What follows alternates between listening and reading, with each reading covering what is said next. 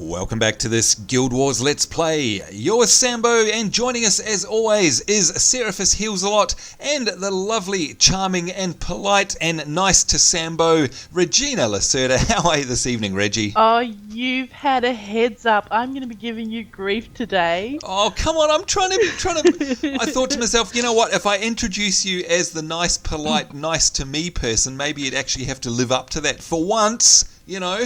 If you introduce me as that, people might think you're playing with someone different. You know what, actually that's a really good point, because they wouldn't believe it for a start. Anyway, thank you for joining us, I think. I hope you've had a good week, by the way. It's been a whole week since... Yeah, has it? Yes, it has been. What's she doing?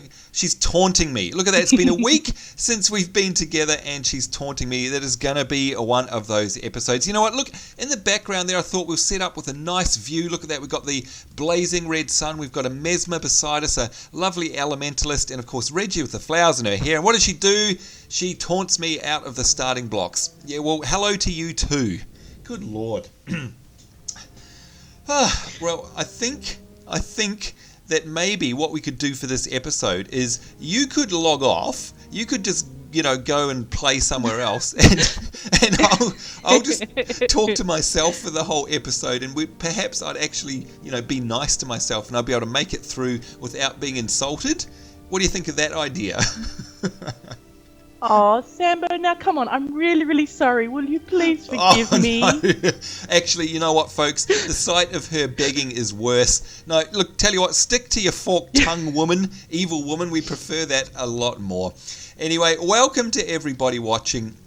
And thank you, Reggie, for joining us as always. You may remember, of course, folks at home, in the last episode, if you've had a look at our surroundings and thought, hang on, what the heck is going on? That's right, we went through the searing, didn't we? We went through it, and of course we've ended up in Old Ascalon now. We're post-searing. We can say goodbye to all the pretty vistas of pre-searing, and here we are in the real world. And just to double check, of course, we're going to hit our map, and look at that. And of course we zoom right out, and look at that. It's a huge world here. The map is huge now, isn't it? It is. It's, oh my God, it's actually rather daunting, I reckon, because we've got this, I mean, look at it. It's ridiculous how big this is. And of course, we're only looking at the prophecies part of Ascalon. As you know, Reggie, there's factions and Nightfall and Eye of the North. There's all that to go as well. We're going to be doing these Let's Plays until we're like, I don't know, 2 years in the future or something, if we keep going like this. It's absolutely incredible. Anyway, here we are, folks, and we are excited to be here. And of course, it looks totally different, all this devastation around us. What we need to do really quickly before we set off on our grand adventures with Reggie, and you can see there in our quest, we've got one quest, which is the Crichton Ambassador, which we need to go and see somebody here. What we're going to do is we're going to employ Reggie's knowledge for a moment, and we're just going to have a quick... Oh, that's a dangerous move. Yeah, that's a really dangerous move, I know. Although, sadly, it's more than my knowledge, so there we go. Between the two of us, maybe we'll be able to get through this. But what we're quickly going to do is just hop from vendor to vendor, because there's a whole bunch of new vendors in this area that you won't have come across before if you've only been in pre-searing. Now, of course, there's a trick to this, and that is if we hold down the Alt key, there we go, you can see all those green names pop up. They're all the vendors that are around. That's a nice, easy way of being able to find them in a pinch. So I say we get right into it, Reggie, and we can take it by turn, or more to the point, you can explain to us everything, because I'm hopeless. So let's start right in front of us, because here we go. We've got someone called Healy over here, the Material Trader. And there we go, we've brought up his menu there. Now, before Reggie helps us explain what this is, if you're used to an auction house in other MMOs, so let's say, oh, I don't know, WoW or Lord of the Rings Online, or even DC Universe Online, anything like that, there is a sort of auction house in the game, but it's a little bit weird to get your head round at first. And these traders here, we've got the material trader, we've got a rare material trader, we've also got somewhere, I believe, hang on, let me hold down Alt, there we go, we've got a die trader over there, and a rune trader. These are about as close as it gets to an auction house. Now, Reggie, we've got the screen up here for the material trader. We've got a buy tab and a sell tab. Are you able to explain to us exactly how this works and what this is for? Well, Basically, this specific trader is just doing your common common crafting materials. So the kind of things that, yeah. You're getting tongue-tied like me. You know what? All the episodes I've been recording recently, I've been completely tongue-tied. I'm going to blame you from now on because clearly I'm catching it from you. Anyway, yes. So I'm going to blame you because I've been watching your videos and obviously picking it up. Oh, okay. Whoops. So hang on. So this guy is. Oh, you're right. I see. He's holding things like tanned hide squares, bolts of cloth, wood planks, and because he's just a material trader and not a rare material trader, you're saying that these are the basic forms of crafting materials, yeah? Yeah, so these are the kind of things that we were getting when we were using the salvage kits on drop items out in the exploration areas. And the price that he's asking are based on how popular the requests are. So people who go to him and want to buy things, of course, more supply and demand. The more he gets, the cheaper it gets. The less he has, or people want, the more expensive the prices get. Oh, okay, right. So your more common of the common craft materials, of course, are cheaper. Okay, so there you have it, folks, and that's the relationship that I'll draw in terms of an auction house and an economy in a more traditional MMO. So just like Reggie says, this is all based on supply and demand. So Reggie, therefore, these prices are not set in stone. I guess that these will fluctuate depending on the time of day, depending on what's going on in the world and in the economy. You could never bank on them being the same price, I guess. That's exactly right. There is not set in a granite slab. Yeah, right. And keeping it in theme with the fantasy flavour, there is no granite slab of price. Okay, that's really awesome. It wasn't a very good analogy, was it? Yep. No, I don't know. It was kind of... No, I like it, actually. I like it. It's you know what it reminds me of? Moses and the tablets and stuff, but we won't go there because I'm certainly not religious. But anyway, what therefore is this big request quote button in the middle here? What's that all about? Why do I need a quote? I don't get it. Well, when you use the material, the traders like this, it'll give you the price that they last dealt in. It doesn't mean that's the exact same price you're going to have to pay. So you request a quote, and it means that it can change even between the last sell and the current sell. Okay, so I'm not going to make the world explode by pressing request quote then, so I can push that without committing myself to doing anything. The world exploded in the last episode. Oh, well done. I'll give you that one. That was very well done. All right. Well, based on that answer, I'm going to push. Here we go. I'm clicking request quote, and it's grayed out. And there we go. Okay. So it's now updated those prices, so they're absolutely current. Oh, I get it. Okay, and I'm looking in my sell tab here, and I see here that I've got in my backpack some normal quality crafting items. So I've got iron ingots, I've got piles of glittering dust, bones, etc., etc. Presumably, if I go request quote on that, it says at the moment its last price is unknown. There we go, 170 gold I will get for selling 10 iron ingots. So effectively, if I can put it in a summary fashion, if I was to sell this material trader my 10 iron ingots for that price, he would then basically resell them, like they would become available on the trader for other players to purchase, and the price would fluctuate depending on how popular that particular item is. Is that it in a nutshell?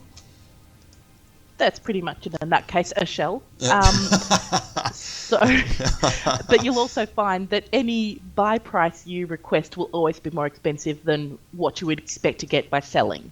Right, which makes sense. Someone's got to make a profit. Because he has to make his profit. Of course. And you know what? It's very different. And again, if you guys at home listening to this going, oh my God, that sounds completely foreign to me. Well, guess what? You know, it is completely foreign to the normal style of auction housing, which is more like playing on eBay, of course, than the other games. This is something different. Embrace it. I was a bit sort of freaked out by it the very first time that I ever played Guild Wars. But once you get used to it, it's actually quite cool. And it's very quick and very efficient. And it's a good way of being able to get the materials that you want in a pinch. So let's now quickly hop over. If we hold down Alt, we've got a rare material trader over here. Let's have a chat to Menth here. Okay, so Reggie, oh, I see. Okay, so these are the very rare items that are used in crafting. Oh yes, you're right, we've got rolls of parchment, lumps of coal. Oh, look at this thing. This sapphire here is worth 8 platinum, 500 gold. Good lord, that's expensive. So obviously these are for the much more difficult recipes and crafting recipes in the game, I'd imagine. We'd be accessing these when we're a much higher level, yeah? They are. Well, these are your rare crafting materials, and what you'll find is you may get some of these dropped later on in the game, but there is a way to actually get them later in the game by not going to a trader so much and just straight off buying them, but actually creating them from your common crafting materials. Oh, okay. So, and that's again a common theme in many MMOs where you take the lesser ingredient and combine them together with or without a catalyst of some description, and they'll make the next tier of crafting material up. So I presume that's what you're saying. Same sort of deal. Yes. Okay. Yeah, same thing. All right. Now, that's nice and simple. We won't dwell on these for too long because, of course, we do want to get into some action in this episode, but we do think it's important that we stop past the main guys in this new outpost because, of course, we're post-searing a whole bunch of stuff that you're not used to seeing. And speaking of which, by the way, if we just pop next door here to this merchant, I'm hoping... Yep, here we go. So you're going to see a whole bunch of new stuff appear on our bog standard merchant. And can you see what he's got there, Sambo? I can see he's got a rune of holding. Is that what you're looking at? Scroll down the next one. Oh, he's got a small equipment pack. What? I didn't know you could just straight out buy them.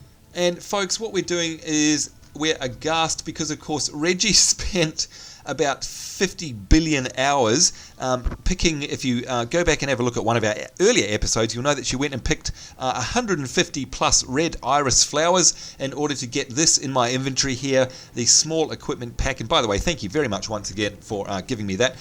Whereas now you can just buy it off a vendor. Yeah, but look at that, Reggie. I know. But it's 2 platinum, 500 gold. That's a whole heck of money. It's pretty expensive. Yeah, pretty expensive. I'd rather actually just troll around and pick up red iris flowers. Yeah, I'm glad you did as well, because I don't want to spend that kind of money. And you know what? I'm glad that it costs lots of money, because it means that it's either really expensive or a lot of effort, and either way you don't feel jibbed, so I'm happy about that. But of course, what we're also looking at, folks, is a couple of really important things. One is there's a belt pouch on there for $100. You can see we already have a belt pouch, but if you can have a look at my inventory space here, you'll see I've got a backpack, I've got a belt pouch, and look, I've got 2 free bag slots. Now, I do have 559 gold. Bag. I'm going to buy one of these. Here we go. Buy. Oh, wait a minute. My inventory can't hold that many. How much gold do you have there, Sambo? I've got 550, so it should be okay. Okay, that's all right, because you'll need to save a few pennies. Oh, are you thinking of the chest? I am thinking of that, B2. Yep, okay. I'm going to say... I watch too much children's television shows. You do. Oh, you know what? I can't... Can I trade you something for a second? Because I just need some space. Sure, I've got heaps of space. Oh, thanks. I have none, so I'm just going to pop this tapestry shard in here. I've got a couple of bags at the moment. Oh, nice. So you've already bought these bags, obviously. There we go. Did you get that offer there? I have. Oh, you're way ahead of us. Offer has been changed. Yep, there we go. Carefully. Okay. Okay, now, folks, let's go to the buy menu here. And, of course, we've been waiting to get this pretty much for the whole game. There we go. We've got a bag. We're going to drop that up into our slot there. And you can see it's a 5-slot bag. Now, I'm going to go nuts here because I know that I've got some money coming in later. So I'm going to buy another bag. Because I don't think we get any bags as drops, do we, Reggie? Am I going to be wasting my money buying these from the vendor, or should I get them? I don't think we're going to double up on them. Oh, you could be, but who cares? Yeah, we'll just go out and find more money if we need to. Yeah, exactly. Let's do that. Okay, there we go. Buying another bag. So make sure you do that, folks. And you can see there now, all my bag slots are full. Now, right below that, though, and I don't have enough money for this at the moment, is a thing called a rune of holding. Now, what that does is, if we buy that for 500 gold, it does what it says. Double-click that to increase the size of a bag from 5 to 10 slots. Now, later on, when you build up your cash reserves, I highly recommend it, because what it will do is double the size of these 2 bags in the middle. I don't think it works on the belt pouch, but it does definitely work on these bags. So we're never going to hopefully... It'll be interesting to see if it works on the small equipment pack, though. Oh, that's a good point, actually. Yeah, very good point. I'd imagine it wouldn't, but we might be surprised. Who knows? Now, another thing that we've got here is a salvage kit and an identification kit. Later on in the game, make sure you double check the merchants, because some of them have a upgraded version of these, don't they, Reggie? I can't remember what they're called, but it's like an Uber salvage kit and an Uber identification kit. And I think the ID kit has something like 100 charges instead of 25, and the same with the salvage kit. They're a lot more expensive, but of course it means you don't have to go back to the vendor as much to top them up. So keep an eye on those. And also the super salvage kit actually enables you to, on certain items, salvage more than just common crafting materials. Oh, that's right. Good point. But thanks for reminding us. Surprise for later on. We'll cover that off later. Good point. No, I had forgotten about that. And one more thing. While we're at this vendor, by the way, Escalonian Key. You think to yourself, what the heck is that? Out in the world are chests. And there's chests all over the place. And generally speaking, 9 times out of 10, you need an Escalonian Key to open them. So they're literally loot chests. Now, you'll remember that we came across some of them in pre-searing and they didn't require a key. That's because they were being all friendly for us, because it's nice and new out in the pre-searing. Out in the real harsh world of Old Ascalon, which is where we are now, you need a key. Now, sometimes those keys drop off mobs, but if you always want to carry one around in your backpack just in case, you can buy one here for 50 gold. I'm not going to buy one right now, but you know what? You can also buy the lockpick kit. It is a lot more expensive, but the lockpick kit is more than can be more than a single use. So it basically says if you use it, you may be able to keep it. Oh, so is it a bit of a random? But it's a lot more expensive to buy it.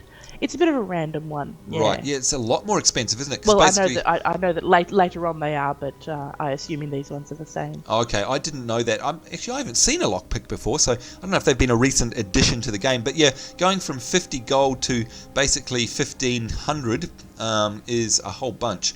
Of a jump. Yeah, it is a bit of a jump.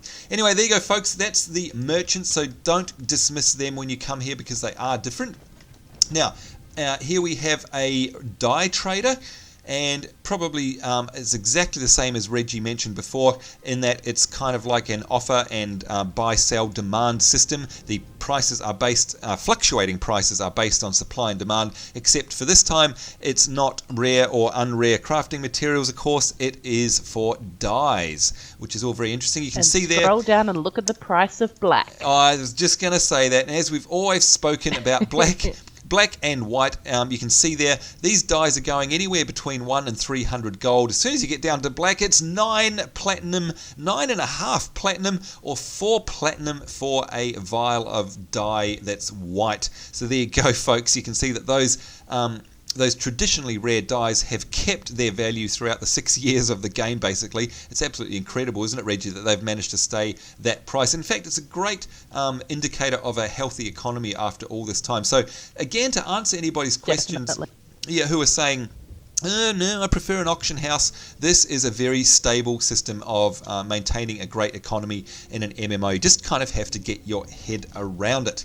Okay, now let's quickly hop to another couple of people before we go onwards. Let's hop over here to the collector, see what they have for us. It's just the same as any collector that we've come across out in pre-searing, and you can see there it's just a different, what do they want? 4 char hides, and they can actually, in this case, either give us a belt pouch or a fur square, which is actually a rare crafting material. So there you go, Reggie's right. Not only do they drop, but you can get them from collectors as well. So that's quite handy to know. Now, a really important person I saw over the back here we go, Sir Bertrand. Let's go around behind here, because this is probably one of the most important vendors that you should not skip when you come to Old Ascalon. And a lot of people do, because he's tucked away behind the back here. Here we go. Alright, and this is the vendor that you will probably spend a great deal of time. Here comes Reggie. And let's have a look through here. This is going to change depending on the profession that you are. So, of course, when Reggie brings up this screen, it's going to look a lot different. But basically, this is a skill vendor. Now, Where do we start with this? It's a lot different from, say, a game like WoW or Lotro, where you go to a skill trainer when you get to a certain level and you get stuck with a certain skill at a certain level, and that's it. That's the end of the story. In this case, the game Guild Wars is all about having hundreds and hundreds and hundreds, as Reggie will attest to, of skills available to you. I mean, do you know actually how many skills are in the game? I've got a funny feeling it's like... I think at the last count there was 6,542. Are you joking? Yes. Oh, I have no idea. Oh boy. Well, you did give me warning at the beginning of the episode that I was going to be given heaps. You got me fair and square on that one. Because, you know what, I would have believed you. Because I know you can buy skill packs. You're pretty damn gullible, yeah. Yeah, whatever. I know you can buy skill packs off the Guild Wars store, and they have like 500 skills in them. And I've got like over 600 skills on one of my turns. You know what, I reckon there's over 2,000 skills in the game, but I could be lying. I don't know. Maybe we can look it up on the wiki. Maybe one of our followers can tell us in the comment box below. Go to WoW Wiki. WoW Wiki? Oh, blasphemy. Go to Guild Wars Wiki and look it up and see if you can tell us. What is this WoW that you speak of? I know not. I know not of Azeroth. Anyway, what we've got here, folks, is a list of skills, and this is where the game really starts proper. So we'll skip over this very quickly. What we've got is a bunch of monk mesmer skills. Now, Reggie, no doubt you're looking at ranger and necromancer skills, I'd imagine. I am indeed, yes. Right.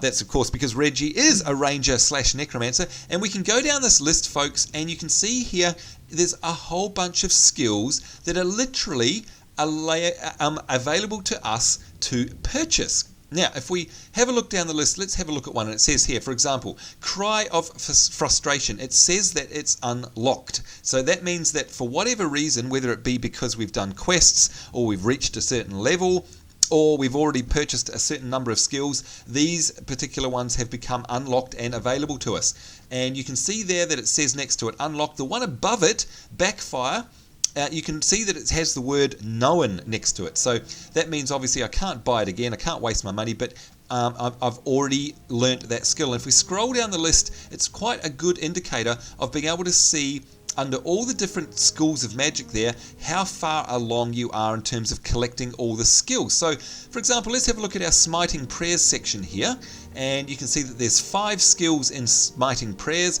I know 4 of them, so I can actually buy this one here, which is called Zealot's Fire. I don't have that one, and I can look at its description, and I can see that it's an enchantment, and that for 60 seconds, whenever I use a skill that targets an ally, all foes adjacent to that target are struck for 11 fire, etc, etc, etc. Right next to it, you can see the energy cost there is 10. You can see that it's got a quarter of a second cast time, and it's got a 30-second cooldown. And we're not going to go through all this right now. In fact, we'll buy up our skills offline because it takes a lot of time. But this is where the game really starts. For example, if I hit my K screen, there we go, and you guys should be familiar with this at home. They are the skills that I currently have. So these are the skills that are kind of like in my spell book. If you maybe relate it to a game like, I don't know, Neverwinter Nights. By the way, Reggie, I've always wanted to ask you, did you ever play Neverwinter Nights, the BioWare one, when it came out? I bought it. You bought it? Does that mean you didn't play it? Blasphemy. I was kind of busy with other things at the time. Oh, good Lord, you've missed out there. You're going to have to go, you might have to hand in your gamer card, to be honest. The jury's out on that one. I can't, my dog ate it. Your dog ate it. Anyway, folks, you'll be familiar with, if you have played Neverwinter Nights, it's a very similar thing. You've got basically a big book here which will fill up with all sorts of skills as we buy them from where? Let me move this out of the way. From here, from a skill merchant. So if we were rich, because let's face it, buying one of these, I'm going to look at a protection prayer skill here, 50 gold, and it costs 1 skill point. Now, I also have another one here. Also costs 1 skill point and 50 gold. Now, if you're saying to me, hey, wait a minute, Sambo, what are these skill points that you talk of? If you hit your H key, it'll bring up your hero page, and not only can you see your experience, but up the top here we can see level 7, skill points 7. Now this is an important point, pardon the pun. Skill points are required when purchasing skills from trainers. You have spent 0 of the 7 skill points you have earned. Now Reggie, correct me if I'm wrong, but you basically earn skill points by leveling up, I think, and sometimes you get them as quest rewards, but pretty much every time you gain a level you will get a skill point, won't you? Yeah, definitely. All right, yeah, nice. Sort of a way of customizing your character a little bit more. Exactly, but you can but only... not doing it too quickly. Well, yeah, exactly. It sort of limits you from racing off and buying every single skill in this vendor's menu. But of course, we could buy 7 of them right now if we wanted to. And like I said, I'm going to come back here and have a good look through it, because this is where the strategy of you building your character really comes into play. Because let's face it, guys, if we have a look at our K screen here, which is the one I'm wiggling around, how many slots have we got down the bottom? That's right, we've only got 8. So hopefully you're starting to figure out how this all works. You are going to have a choice of hundreds, if not thousands, of potential skills that you can use, each having a different utility, a different style, a different type of play, if you like.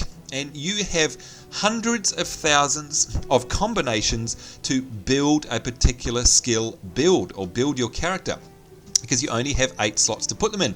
So basically, when you buy one of these, you add it to your library, so it will appear here, and then at your leisure, you can drag and drop skills from your library to your slots down here to your hotbar. And there's one more important thing as well. Oh, where's it gone? Wait a minute, where's it gone? Sort by attribute. Why can't I see it? Oh, there it is, there up the top. If you have a look at the top of your K window, next to your profession, you'll see a little floppy disk icon. You click on that and you can see here that it is in fact a template management system. So we can do a number of things here. We can save to a template, load from a template, manage our templates, and also issue a template code. Now I'm going to close this Sir Bartram's skills window for a second. We're going to focus on the K screen here. And we're going to show you how to link builds and how to save builds, and we're going to do something for Reggie in a second as well. So let's say that I've spent hours and hours working out this particular build, which I've decided is really good for either solo play or play with Reggie, because I like the particular effects. It may not be useful for running a mission with 5 other players, but it might be handy for solo and duoing. So what I want to be able to do is have this build to hand, and I want to be able to also then build another build, build builds, and be able to load that at will if we join up in a bigger party. So how do I do that? Easy. I go save to template, and here you go. It brings up this screen here and it says, okay, it's Seraphis Heals-A-Lot's skills and attributes. And it tells me that I'm a monk and mesmer. Talk about tongue-tied. I've got protection prayers, domination magic, illusion magic, etc., etc. And we can see here that I can actually give it a name. And I'm going to do that right now. I'm going to call it a base set for playing with Reggie. And you can type nice long names in there, which is really good. Now I'm going to save that, and there we go. It says there, the skills template name base set for playing with Reggie has been saved. Now all I need to do in the future is go load from template, and you can see I've got some templates there from my other characters. They're grayed out because of course I'm not an elementalist, I'm not a ritualist, etc., etc. But I can now go click on that, and I can click on load, and that would load that particular set in. So once again, if I spend hours playing around with all the different skills that I buy from him, as you can see here, this great big long list, add it to my library and go, okay, I'm going to be a pure healer, I'm going to be a pure attacker, I can then save that as a different template. So you're never ever far away from being able to pull up your very perfect build for that particular situation. I'm sorry that we're spending so much time on this, folks who are watching, but it's probably one of the most important aspects of the game, because Guild Wars is all about not having static skills. You are going to need to change up your skill bar depending on what you're doing and depending on who you're grouping with. Okay, so do not get familiar or comfortable with one set of skills. You need to change it about. Now, most importantly, what you can do also is link this code to other players, and that's what we're going to do to Reggie in a minute. So let's pretend for a moment that Reggie is a monk as well. and she's trying to lie down. Look at that, she's falling asleep. And she says to me, Seraphis, you know what? You are amazing. I absolutely love what you've done with your character there. What skills have you got up? Okay, and I can go, no problem, let me show you. And I click on template code here. And here we go. I can say, okay, do I want to load one in? Yep. Do I want to save one? What do I want to do? I can actually take this template code here. And you can see here, it's generated a code. And I can copy that. And I can paste it, if I wish, into our team chat. So let's do that. And watch what happens. Oh, nothing happened. Why did nothing happen? Wait a minute. Okay. There we go. How's that? Woo! All I did was paste the code. Our life, I don't know. I know. What I want to do is send it to chat. Hang on, let me try that again. Template code. Oh, there we go. Okay, something went wrong. I can click the button send to chat. There we go. Now it's appeared in the chat menu and it says Seraphis heals a lot skills, and all I need to do is hit enter. And there we go. It's come up as skill template. Seraphis heals a lot skills. Now, presumably, Reggie, you can click on that because it's a hyperlink, and it should bring up a template window just like we're looking at here, which has my name. It has a picture of all the skills, and of course, should have the option for you to save it yourself. Is that right? It does indeed. That is miraculous. Look at that. It's magic. Now, would you like to do it to us so we can see how it looks from the other end? And hopefully, Reggie, you'll be able to... So currently, okay, I'll go through... I've gone into template, save template. Or you can go to the floppy disk and just go... Code. There we go. Send to chat. You should have to hit enter. Send chat. Oopsie. Now, you do have to click in the chat. Oh, there it is. So we can see now... Reggie's skills template, her skills and attributes. If we click on that, there we go. Now we can see what she's running exactly, and we could actually save that ourselves. Of course, there's not much use in doing that because we're neither a ranger nor a necromancer, but we can see exactly what she's got set up. Now, this is also handy if you're in a guild or if you're playing with a bunch of people. Of course, someone might say to you, hey, Sambo, we just want to check what you're running. Can we have a look at it? And of course, a better player or a more experienced player might have a look at that and go, hey, actually, I suggest you swap this skill out with that skill, etc., etc., etc. So it's very, very handy being able to link those skills and knowing how to do it. So that's it for skills. But once again, come to your skill vendor here. We'll do this offline, but we will be, both Reggie and I will be poring over these skill lists and building ourselves a couple of different builds for different situations. And by the way, folks, the skill vendors change. It's not the same bunch of skills at the same vendor. So if you get to a new outpost, or some new lands, make sure you go up and check the skill vendors because some of them are regional, you can only get them in certain places, and of course some skills are very rare and only come out of doing particular missions or particular quests. So half of the game is trying to, it's like an achievement hunter thing, you're trying to get as many skills added to your K window as possible so you're building up a great big spell book. So there you go, Reggie. Do you think we've missed anything in terms of the skills for now? I think that pretty much covers off most of it, doesn't it?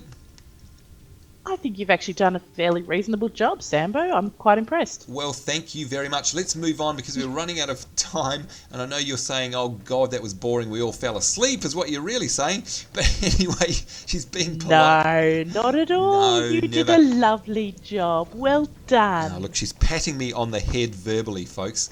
Good Lord.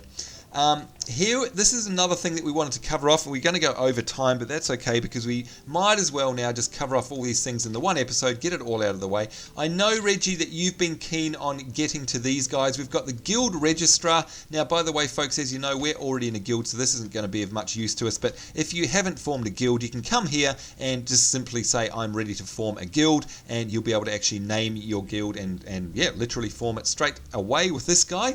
I can't even remember, Reggie, if there's a cost associated with forming a guild. I don't think there is. There might be. I can't remember. Anyway. I can't remember either. I don't think it's much if there is one. I know there is a cost with doing nearly everything else where it comes to guilds. Yeah, pretty much. And of course, this is a big one. This is the Guild Emblemer. And as you can see on the picture there, folks, this is our guild cape.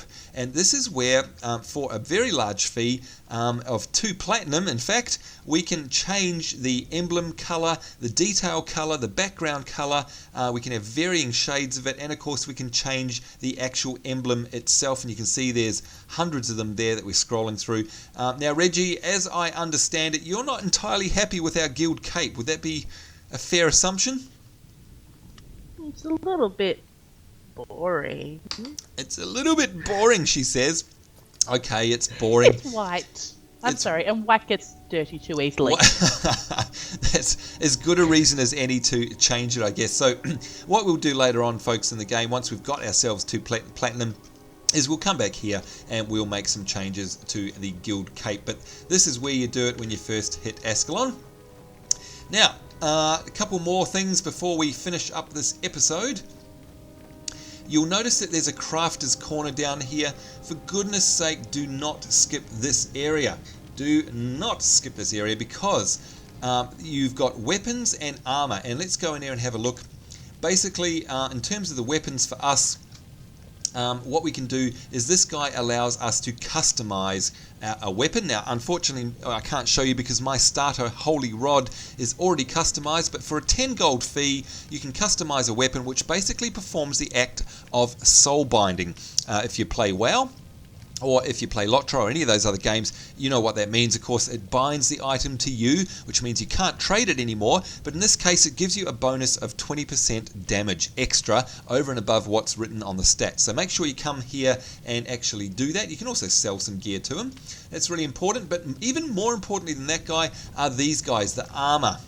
Now, we're definitely going to spend some money here, but this is where you gain your next tier of armor from. So, for example, if we have a look at the chest pieces here, and if I bring up my inventory, our inventory currently says we've got Crichton vestments and they're energy +5 and armor +7. If we have a look at these ones, they're energy +5 and armor +30.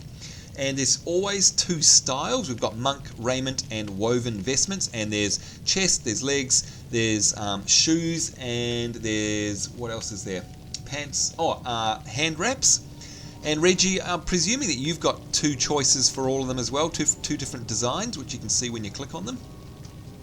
I do. I have either the fur-lined option or a leather option. Ooh, fur-lined or leather. Nice.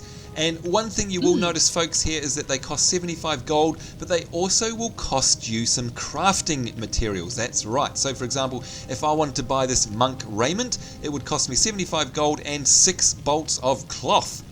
So this is where you need to be making sure that you are salvaging gear to get these crafting items, because otherwise you won't be able to buy your next tier of clothing. Now, I know what's coming up. We're going to get ourselves some crafting materials, so we'll be able to come here and we'll make sure we do it on film, probably in the next episode. Be able to come and get ourselves a whole nice new outfit of the next tier of clothing, and we'll be able to choose between the woven style or the monk style. So that'll be our first new outfit.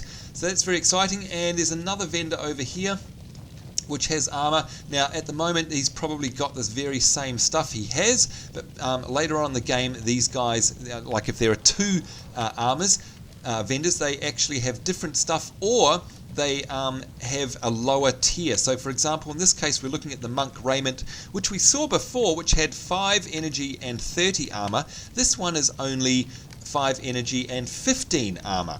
Now, the point of that... Well, also, mine here, the first guy we looked at, the armor was 40, and this guy has only got armor 25. Okay, so there you go. You can see basically what it's saying is, if you can't afford this much gold or this many crafting materials, don't panic, because there's the next tier down from that, which is this guy over here. So you can see it's only 20 gold, and in this case only 1 bolt of cloth or 2 bolts of cloth. So let's take it, I don't know what it's really called, but let's say we've got our starter gear now. This armor merchant has tier 1, let's say, and this guy over here has the next tier up, which we'll call tier 2. And I'm sure somebody in the comments will tell us what they are officially called in Guild Wars. I'm just going to call them, Tier 1 and Tier 2. One is better than the other, depending on the funds you have available. But either way, folks, make sure you do upgrade your gear, because you're going to need it. You're going to need that extra armor and that extra energy. Here we have another thing. Reggie, perhaps you can come and explain this person to us, which is a rune trainer. So maybe starting with the fact, what the heck is a rune? A rune is basically, I suppose it's a spell or an enchantment or something to that description. Right. That you actually can attach to a piece of a garment or a piece of armor that will add stats or maybe additional armor or maybe additional protection against certain attacks. Okay. So, folks, to relate that to, again, something like WoW, take it as something like a gem or something like that you can socket. In this case, you can see here it's split up into varying levels of rarity here. We've got gold, we've got purple, we've got blue. All have their own varying price. There's some very expensive ones. And of course, up the top is a filter of all the classes. So mine is currently set to monk. And if we have a look here, we've got a upgrade component, which is a rune of superior healing prayers. So for example, this is going to be able to attach to armor, and it says in the tooltip there, attaches to armor, and it will give me healing prayers +3. Although this one's very interesting because it will also reduce my health by 75, so there's a trade-off to that. Let's have a look at another one, a monk rune. Yeah, it tends to be the higher level of rune, the more health it'll actually it'll knock off your total pull. Right, so yeah, you're right. If we look at a lower level one here, we've got... So your golds and your purples will always knock health off. Yeah, protection prayers +2, you're right. This one is only 35 health off, but it is armor attachment. Yet, these blue ones here, look at that, Reggie is 100% right. In this case, an upgrade component attaching to armor, and it gives our smiting prayers attribute +1. Now, if you're saying, what do you mean smiting prayers? What do you mean healing prayers, etc., etc.? Hit your K window, and it's these attributes here.